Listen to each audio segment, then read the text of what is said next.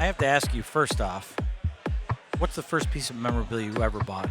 Do you know? Well- Do you remember? Well, it would have to be a baseball card. Yeah. I don't know whose exactly it was, but I've been collecting since I was 5. And back then, you could get packs of baseball cards for 5 cents or Sure, 10 cents. right. So it would have to be a baseball card. I remember going to the 7-Eleven or Mesmer's and going, all right, is it going to be baseball, hockey, basketball, or football today? And you had 10 cents from cutting the lawn. Right. I'll take a pack of baseball and a pack of hockey. And there you go. You roll And there's the- 2 sticks of gum, too. Exactly.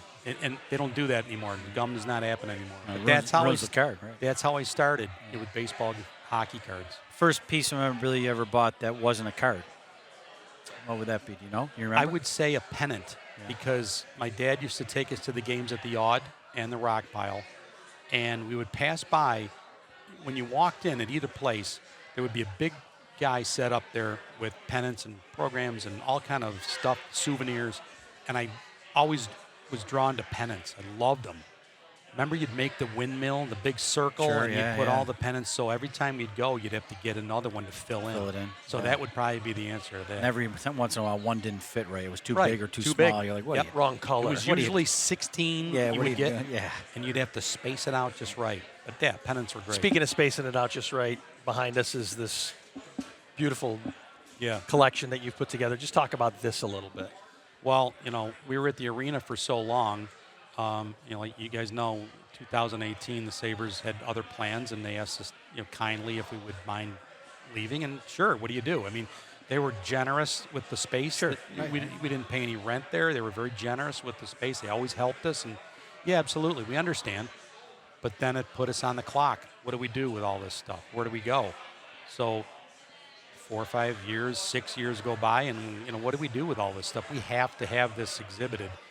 So luckily through the Mark State having a relationship with Adam Martin, and over beers one night, Mark just said, hey, we need a place for this stuff. And he goes, well, I got a lot of room. Why don't you just come in our place? Okay, that sounds good. Let's do it. And it happened that fast. Right. So, me being the memorabilia guy that I am, I'm obviously put in charge of all this stuff. And this big case is basically modeled after the case in my basement. So I used the template for that to create that. We saved 5 That cases. part worries me a lot. What your basement looks I like. know. For his wife's sake. Yeah, not yeah. for- It's unbelievable. It really is. But we saved 5 cases from the arena that we had bought and paid for, and brought those over, and kind of just it's like a puzzle. Sure. You know what I mean? You have to kind of fit what's going to fit here, what's going to fit there.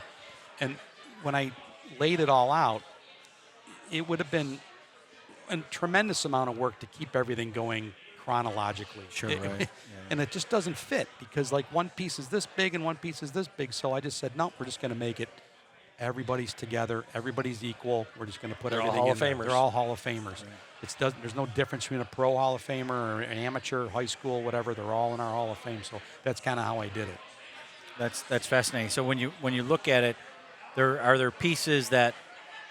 What do you think is the rarest piece? Like you can look at a jersey, but there's jerseys, right? Yeah. What are like the rare or cool or Well, something? and when then somebody does- comes here, And does have- Marv ever talk? yes. That I was going to mention that. That's there's the pieces that are called in the collecting world one of one. Right. There's only one.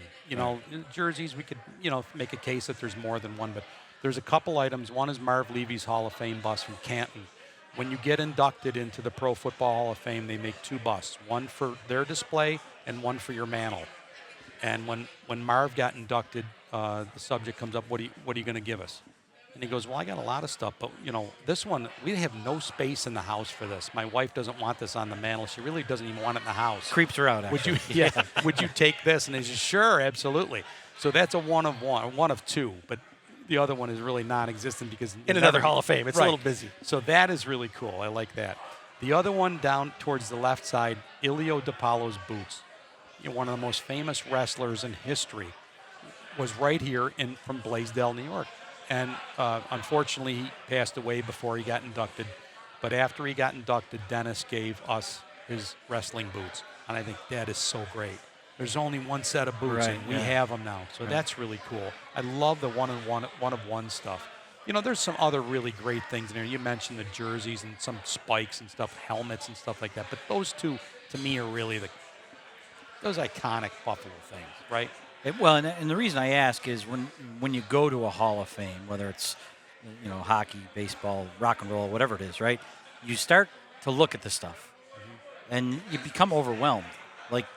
And you're like, I can't look. I'll brush by this. So there's things I don't want people to miss when they come here, right? Right. Make sure you see this. Make sure you see that. Right. And that's when you go to a Hall of Fame. What do you look for?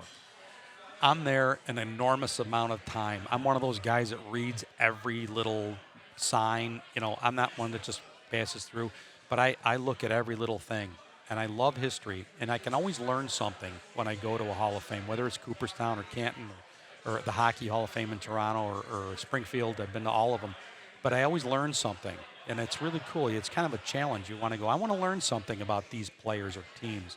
So I always make that a kind of a goal. Is everybody knows Willie Mays, everybody knows Hank Aaron. It's what are the other people that no one really knows about? Right. So I mean, we have Ray Dandridge in our Hall of Fame. Who knows who Ray Dandridge is? I do, because I've studied up on him. Right. So it's fun to investigate and learn every time I go to a place. I try to learn something. Well, make sure you get to David Adams Card World here. It's a beautiful display. John, put like 2 hours, couple hours you put into it? Yeah, 2. Yeah, 200. 2 a day for about 100 days, right, exactly. Yeah. So nice work, John. Great. Congratulations. Thanks, guys. Yeah.